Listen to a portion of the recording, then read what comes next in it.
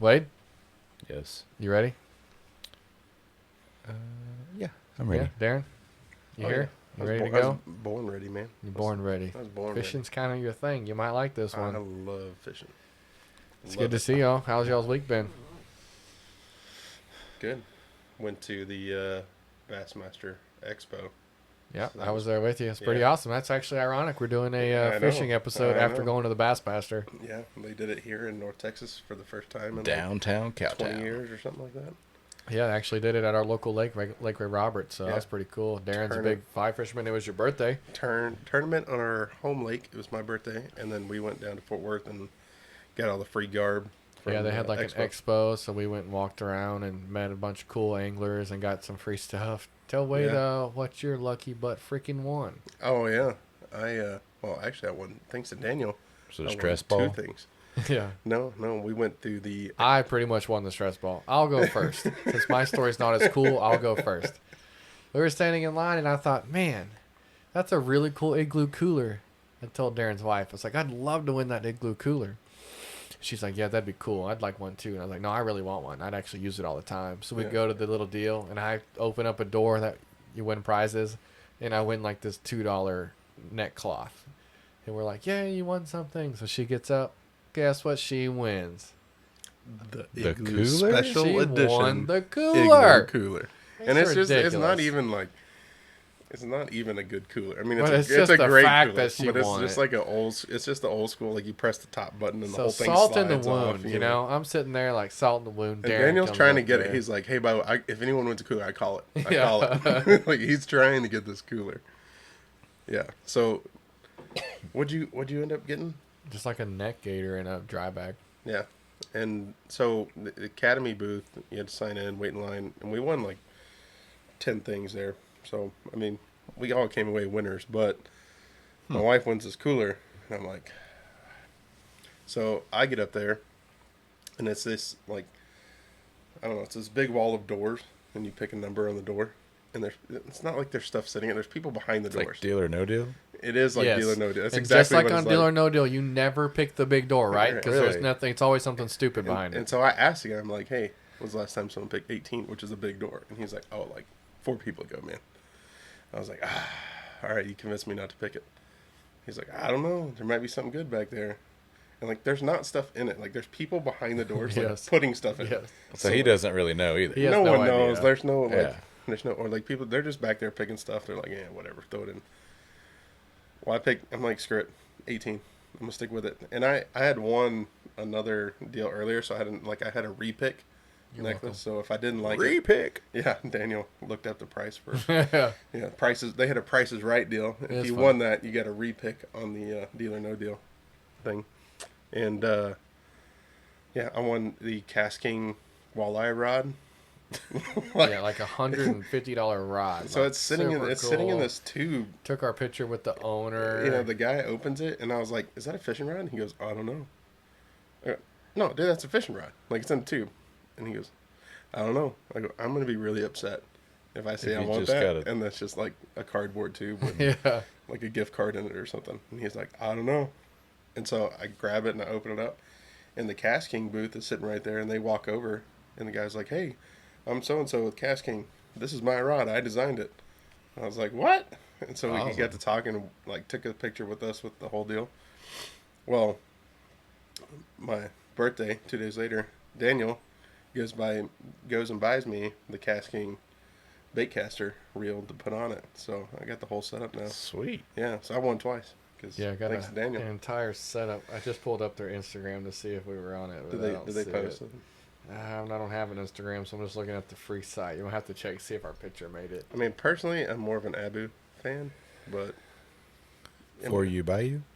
for you, Abu. Yeah, that was a cool experience. But I'm that not was- that that big. was awesome. I'm not a big bass fisher guy, but I thought it was cool. It's a whole nother world. It's fun to get into. So yeah, I had a good no, time. I loved it. We watched the last day, so my birthday, went to my parents' house and had a bunch of people over, and we spent, I don't know, 3 hours watching the weigh-ins for the final day and did the whole 9. So it was pretty awesome.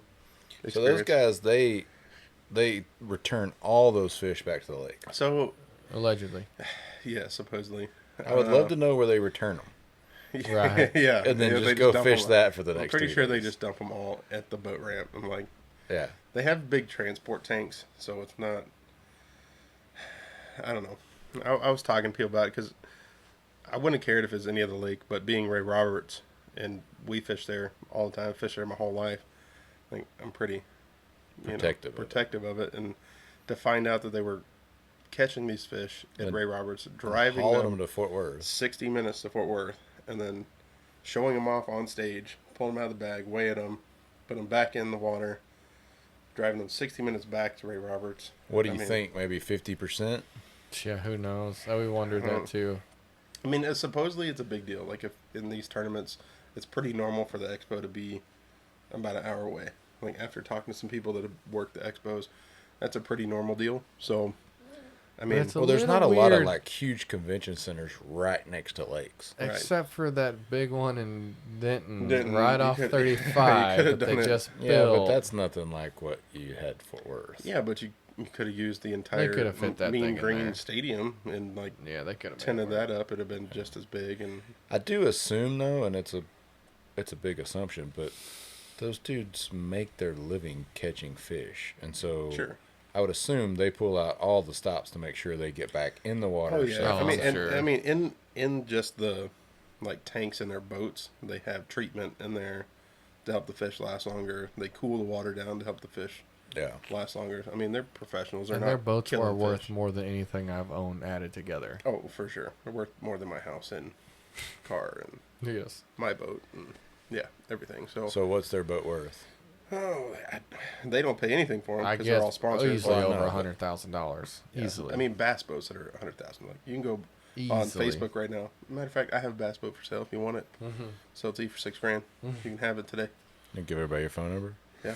Yeah. It's on Craigslist. Facebook you. Just look North Texas Craigslist. It's a 1989 Ranger. You'll find it. That was a Everybody cool wants to buy time, it, man. I but had a yeah, good, it was awesome. happy late birthday. Thanks, man. We'll drink Yeah. some this week's whiskey of the week to it. Here, cheers. you go. It's Cheers. Pendleton whiskey. How old were you? Oh, man. 32, 30, right? 32. Dude. 32. Man 32 young. Man podcast. You gotta say how old you are. So I thought Pendleton would be a cool drink to drink this week. It's the classic American cowboy drink. They made it in 2003, literally to celebrate the spirit of the American cowboy. There you go. Yeah. Pendleton, it takes its name Distilled from in Texas? Canada. Oh, yeah, it's Canadian. Yep. It's Canadian blend. named after the Pendleton Roundup, which was like one of the original rodeos around 1910 that just grew, and they kind of made this drink in an homage to them. So it's kind of taken over cowboy culture and NFR life. I'm sure it's on Yellowstone somewhere in a pantry. But speaking of, I saw that Kevin Costner is performing at Green Hall in August.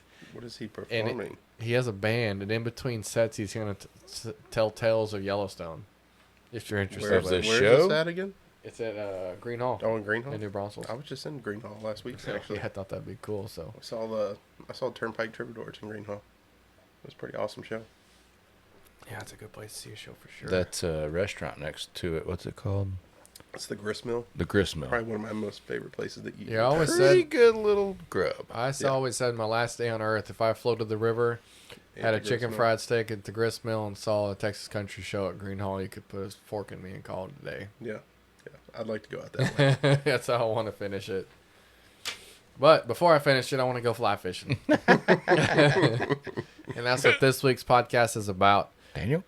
If y'all have been listening to the podcast so far, which hopefully you have been, every topic we've covered so far is just enough to get yourself in trouble. It's just enough to get your hands dirty, just to learn a little bit about it. If you stay with us through the next year, 2 years, 10 years, however long we do this thing, we'll dive more into specific parts of each podcast, go in more in the depth on maybe techniques on certain things. But here at the beginning, this is chapter 1, and just like in chapter 1, we want to introduce you to a whole bunch of stuff that we like to do, that we're passionate about, that we think would better enhance your lives. And one of them that I find that I love to do is fly fishing. I know y'all two aren't the biggest fly fishermen. Darren's a very conventional fly fisherman. He likes to go like on his bass boat, like you said. I just love to fish in general. You know, fly. But I haven't got into fly fishing. Is a whole technique that I just yeah, and I think haven't got into. it's a learning curve. That's why I wanted to do a podcast on it. Like a lot of people might see a movie or go to Colorado and see someone fly fishing and think, man, that'd be cool. I'd love to learn how to do that. But I don't know what the heck to do. I don't know feel what I like- need. I don't know where to start. Wade, you might be like that. I feel like a newborn giraffe Perfect. when I'm fly fishing. Like, So let's pretend like you're a newborn giraffe and I'm your mama. I'm your mama. I'm your mama. He's gonna learn you. I'm going to learn you. Just enough to get your hands dirty. Don't ask me too much because I'm still learning myself. It's only like, what, a year since Yeah. I've been doing this now? So, Yeah, we started in Colorado last year. It was our first time fly fishing. right. So, yeah. So, why? This month, actually. Yep. So, I wanted to start off with the podcast with why in the world would I want to fly fish? And I don't know. Why would you want to fly fish? For me, it was when we went to Colorado.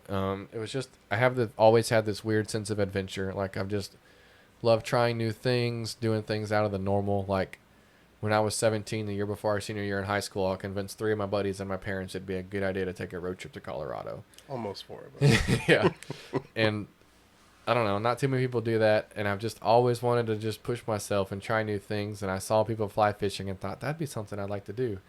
So I jumped into it, and it's been fun. It's just another way to push yourself. It's a challenge. Like Darren is really good at regular conventional fishing. This is just another way, like where you're not gonna catch as many fish, but Well, fly you'll fishing, challenge yourself. like you said, you have to be a lover of adventure. You have to be a Right. lover of nature. You Right. have to have time. Yep. Fishing in general Takes typically time, but this isn't is easy, less and it reward, does maybe. take time. I'll But So tell you if when you have a boat and a rod and a reel that you just reel in Right. and stuff like that, and that's how I grew up fishing. So maybe that seems easier. and but it's it's not- less of a learning. I mean, conventional fishing is less of Right. a learning curve, but you just throw your deal out and reel it in, right? Right. I asked Daniel in Colorado because I got super frustrated because I'm used to being able to catch fish and do decently well. And we didn't catch anything in Colorado. Our first, just to be clear about that, we fly fish for 3 days. Yeah, something like 4 that. days. But neither of us had ever done it before. Yeah, we looking back, we did it all wrong. Yes. But I now looked that at- I've spent a year learning. I looked at Daniel and I was like, what's the deal, man? Are you just too good at regular fishing that you want to fly fish now? And that's actually one of the reasons I'm horrible at regular fishing. So I thought, why not fly fish? I can't catch fish regularly. Like, let me just try this technique and start from the beginning. Like, everything I've taught myself the other way didn't work out. So maybe I can start fresh as an adult and figure things out.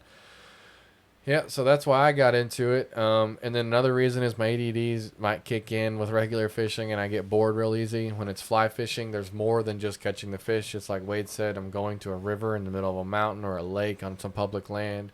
I'm spending a lot of time focusing on my casting. Like there's technique to it. My mind's constantly moving. So that's pretty cool. And then another reason is it's just a great all-encompassing hobby. Like couple episodes ago or last episode, whenever it was that we talked about gardening, I mentioned I mentioned how gardening was a good way to get off the couch and get outside. Fly fishing's the same way. Like I want to encourage you to get off the couch, go do something, learn a new hobby. And fly fishing is just another way to be like, well, instead of sitting down right now and turning on Netflix, why don't I go outside and practice my casting, or Well, shoot my bow, water my garden? Anytime we're talking about outdoors, anytime we're talking about hunting or fishing, at least, I mean, I don't want to speak for y'all, but I feel like I can. For me, it's not necessarily about catching the fish or getting Right. the deer or whatever. Yeah. It's about Right. that Being out there. being outside, being Right. in nature. And it's not, I don't want to say it's necessarily relaxing because fly fishing, I mean, you're in constant battle against Right. water and things like that. But I'm just saying it's good for the soul. Yes. And so, And one thing as I've gotten older and like I've met more adults that are different than I am, I feel like I meet a lot of people who don't have any hobbies. Like they work all day, every day, and then they get to the weekend, and if they're not working, they're just recuperating or they just don't do anything. Like, No. if nothing else, maybe this could be your hobby because you could go fly fishing, you catch fish. When you're not fishing, you can make ties or flies at home. Like, it's just a cool, maybe it's another thing you might want to get into. So Well, like Wade said, I mean, it's, you know, I hunting want to and encourage you gardening to or do whatever. stuff. Like, you're overcoming nature, right? Right. Like, you're doing something. Right. It's an accomplishment feeling that you went out, and whether you're hunting or fishing or Mm-hmm. growing Less your own time on the food. couch, more time being productive. Yep. Learning new things, bettering yourself is another way to just enhance it. So what is fly fishing? It's just basically another weird way to cast a fly out in the middle of the water. Yeah. You use a fly rod, you use the string that's attached to it, and a technique where you just go back and forth eventually, or different various techniques, roll casting, just different casting techniques to throw an artificial fly out onto the water to catch a fish. Where conventional fishing, you would just whip it back and throw it. This one, you're either going to be like roll casting, which is just kind of just various ways to present that fly out on the water.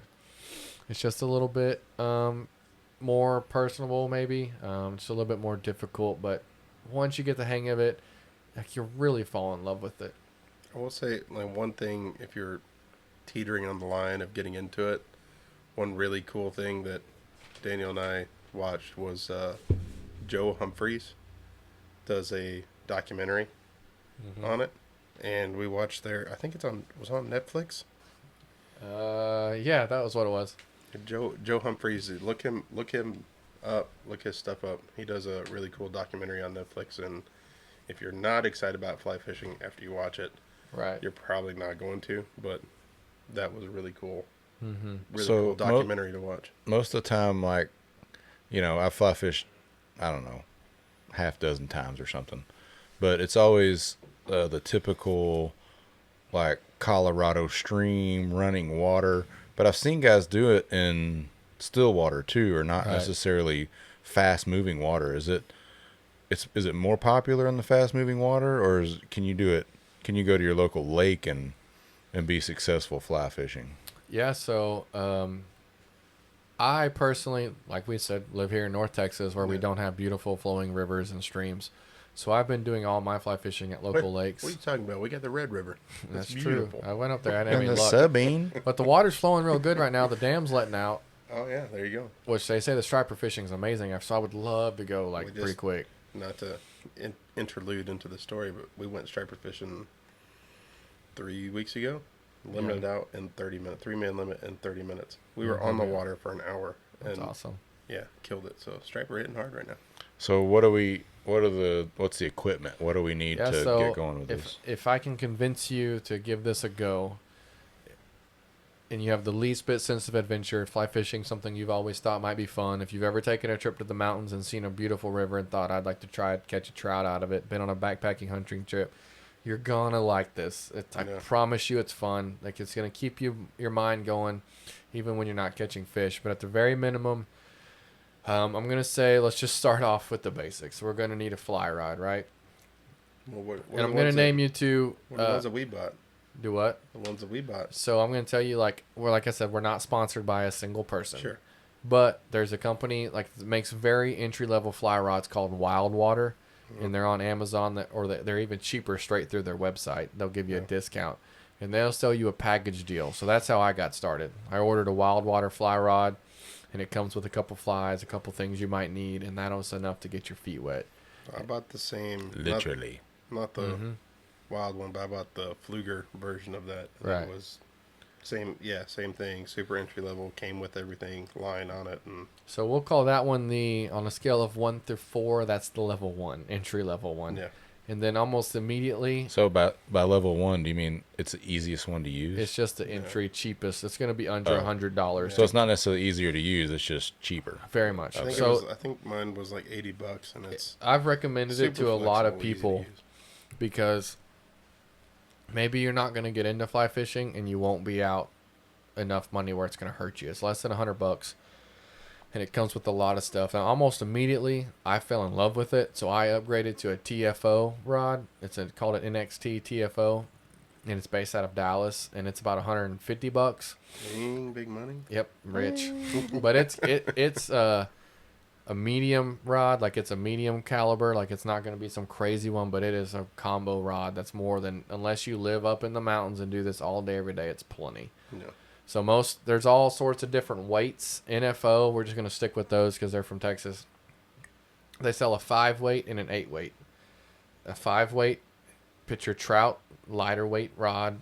An 8 weight, heavier rod, put your bass and saltwater. So like here in Texas, if you're going to mostly fish here, you need an 8 weight rod. If you're going to fish up there, you get a 5 weight. So just remember that. You need a TFO NXT, 5 weight if you're planning on Colorado, 8 weight if you're planning on here, just because of the flies and the fish. So you get that in. It's going to come with everything you need, but just so I can talk about it for a second, you have your fly rod, and then you have that yellow line on it that's kind of funny looking, and that's just your fly line. It's usually a floating line. That's what sits on top of the water. And then at the very end of it, you're going to have your leader, which is a little bitty piece of like fishing, just monofilament yes, line. Yeah. monofilament line. It's 9 foot long. So as you're fishing more and you're just slaying the fish, that leader is going to get shorter and shorter, right? Because it gets tangled up. You cut it off every time. So to prolong the life of that leader, you're going to add what they call tippet, which is just another way to add longer line. So yeah, so you got your rod, your fly line, which floats, which connects to your leader, and if for some reason your leader gets smaller, you add your tippet. Which is where we messed up in Colorado. Yes, because we didn't know what leader and tippet were. We had no idea, so we just tied. We were like, 3 feet's good enough. Right. Not knowing it need to be 9 foot long. Right. So we tied 3 feet of mono on the end of that So floating line. You've never heard those words before. Does that make sense? No. Well, Yeah, that makes perfect sense. Right. But I've never heard those words before. And like I said, I've been half dozen times. Yep. So you got your rod, you got your fly line, which connects to your 9 foot section of regular fishing line, basically, to keep it super simple. And at the very end of that, you tie your fly on, and then you fish. Yep.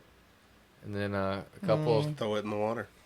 couple of common Whip it in the water. Whip it. and then Okay, you tie like your a fly bull on whip. the end, which I was just Real going to good. mention real quick a couple of real common flies. So say you go to Academy or Shields or whatever is in your area, like the all-around fly, which will catch any type of fish, is called a woolly booger.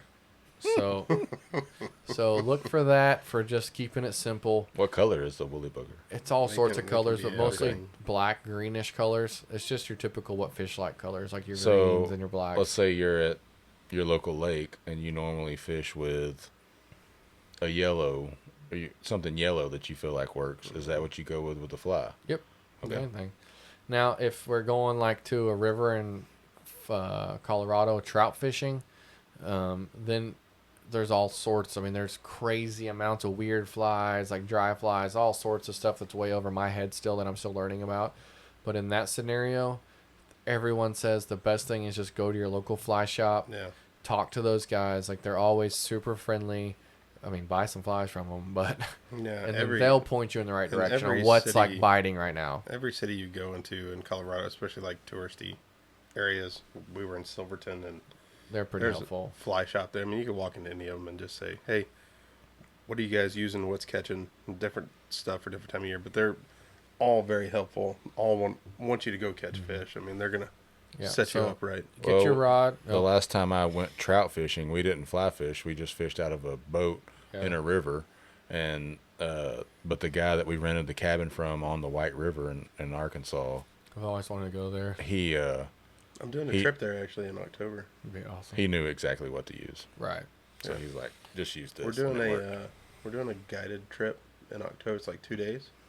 I forget the name of the outfit, but you fly in and land there. They drive you out and escort you out, whatever.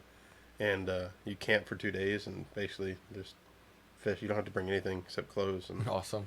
they cook and do the whole nine for you. That's It's pretty cool. sweet. This guy was so backwoods. Like he said, if we bring cash, we get a discount. If we bring metal, I we always get like- a bigger discount. Oh, that's even. Yeah, This dude those was- are the best This places. dude to go. was. If you're looking I for, felt like we were kindred spirits. No, That's if- awesome. if Like you're he didn't have a looking- social security number. On it. Yeah. If you're looking for a place to get a guided trip, the guy who's offering discount for cash or metal, that's the Yes. guy you should go. Right. to. He knows exactly what's 100%. happening in the He's woods. been fishing that river his whole life. Yes, and he Yeah. had. Always find that guy. That's awesome. Yeah, so pretty simple, right? You just need your fly rod. Yeah.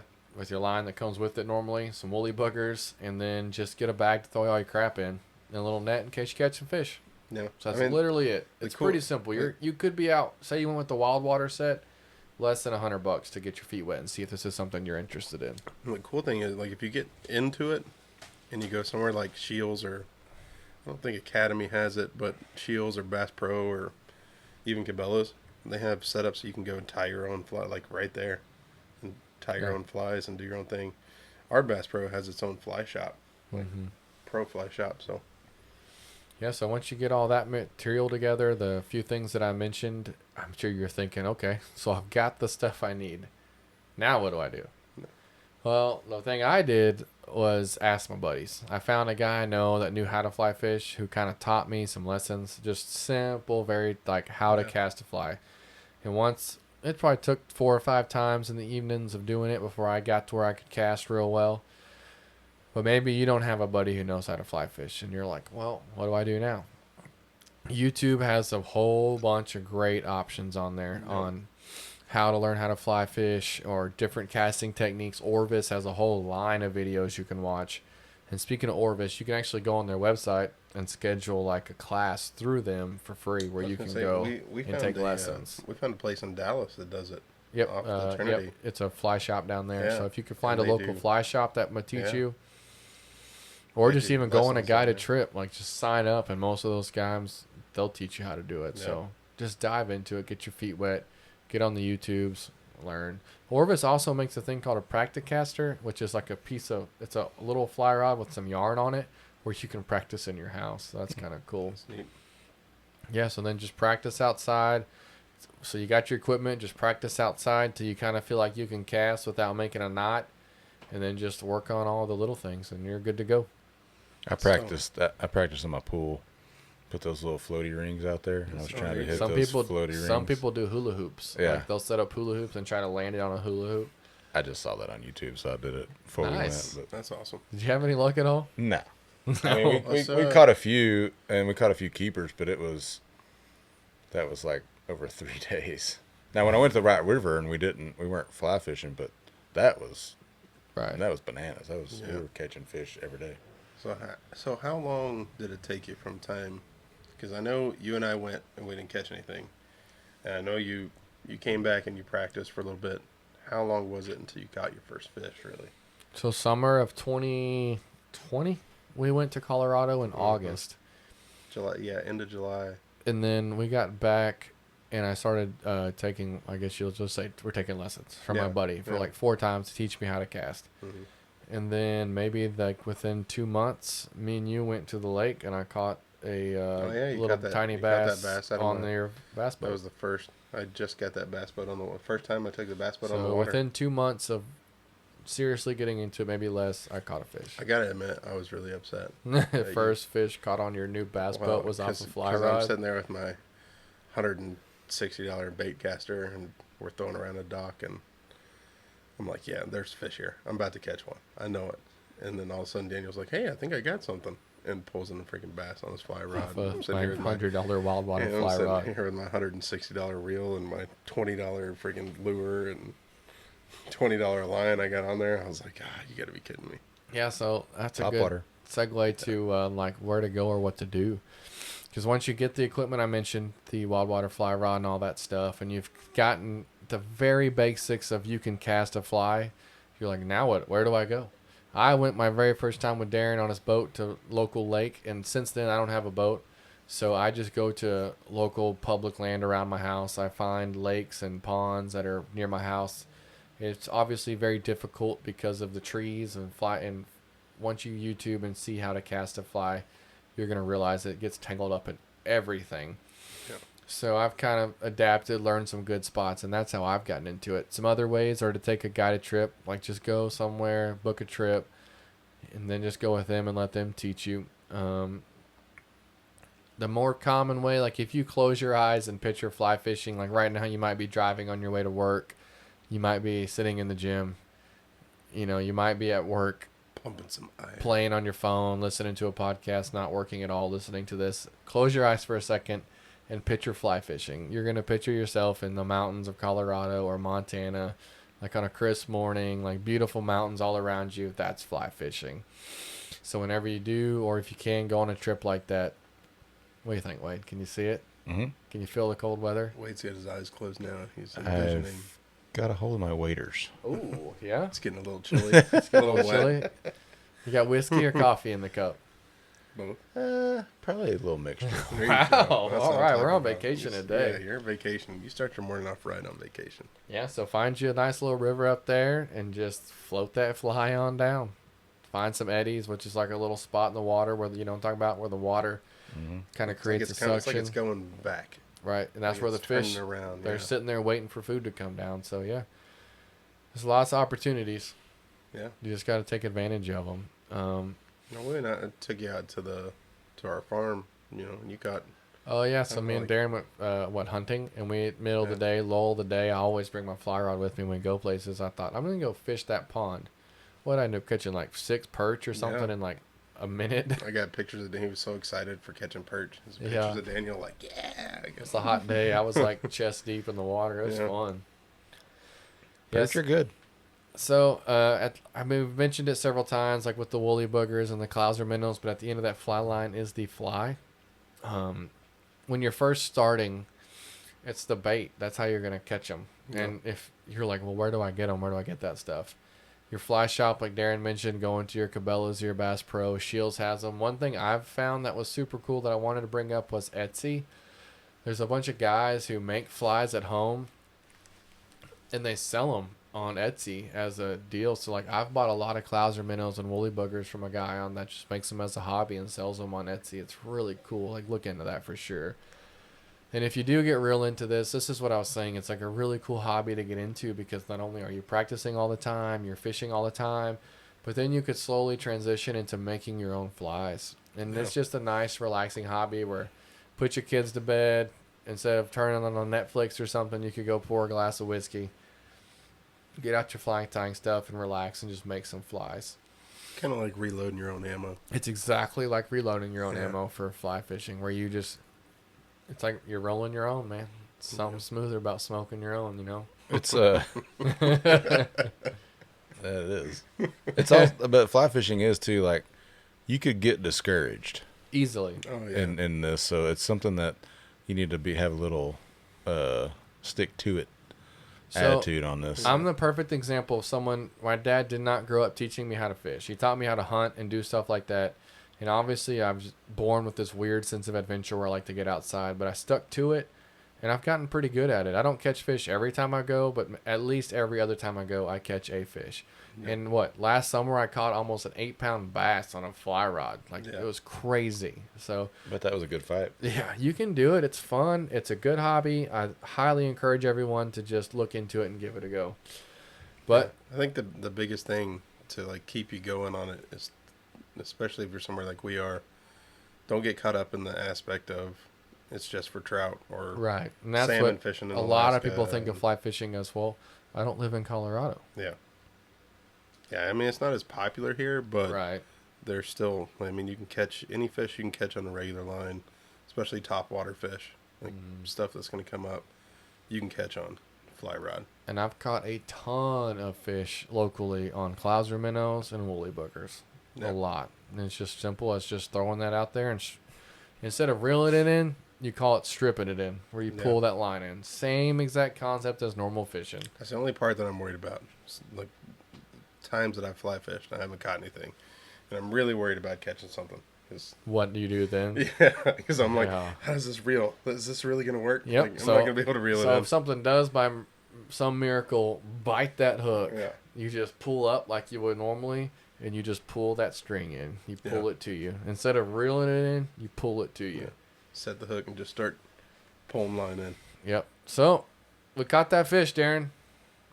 Let's clean it. Let's clean it. Let's eat it. Let's Clean eat it. and eat it. Let's go Let's eat it. to My the favorite producer's part of fly corner, fishing. Yeah. where you tell us how to eat that sucker. Let's talk about the traditional fly. I know I just said don't think about traditional fly fishing, but let's say you're fly fishing in Colorado. You catch a handful of trout. You got them in your basket, and you're trying to feed the family. Figure out what to do for dinner.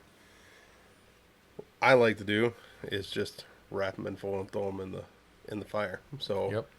gut them, get the guts out.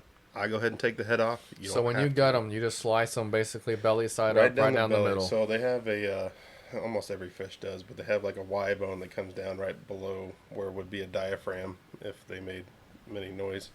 And you cut that all the way to the tail and just stick your finger in there, rip out all the guts, pull it open. Trout in particular have a lot of bones, so you kind of just have to cook and eat around it. There's not a good way to debone that fish before you cook it. But once you get the head off, once you get the guts out, put it in your enough foil that you can wrap it loosely around it. Butter. Kind of steam it. Yeah, you're basically steaming the fish. So I do butter, garlic, and then whatever seasoning you want to.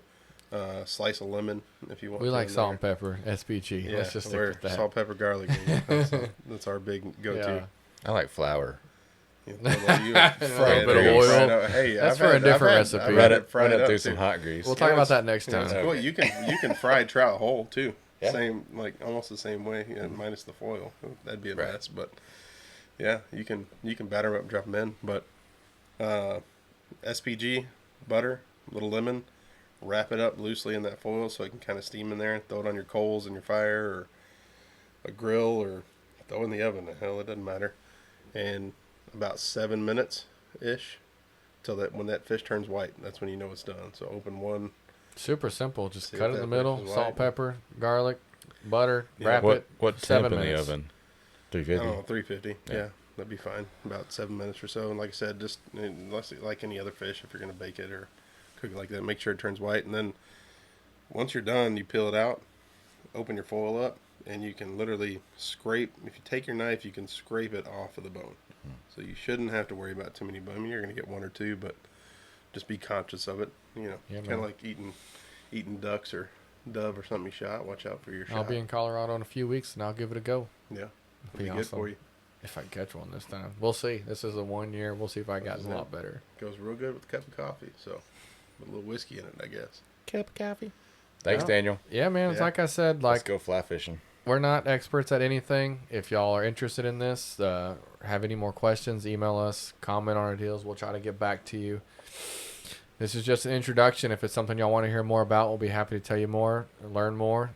If not, we'll never talk about it again. But we appreciate y'all listening. We'll probably talk about Yeah, it man, again. we like talking enough. Because that at the it's end gonna of the be day, it's our podcast. Yeah. You're Cheers, just, boys. You're just along for the ride. Good Cheers. to see y'all. Happy birthday, Darren. Like, subscribe. Thanks, everybody. Yep.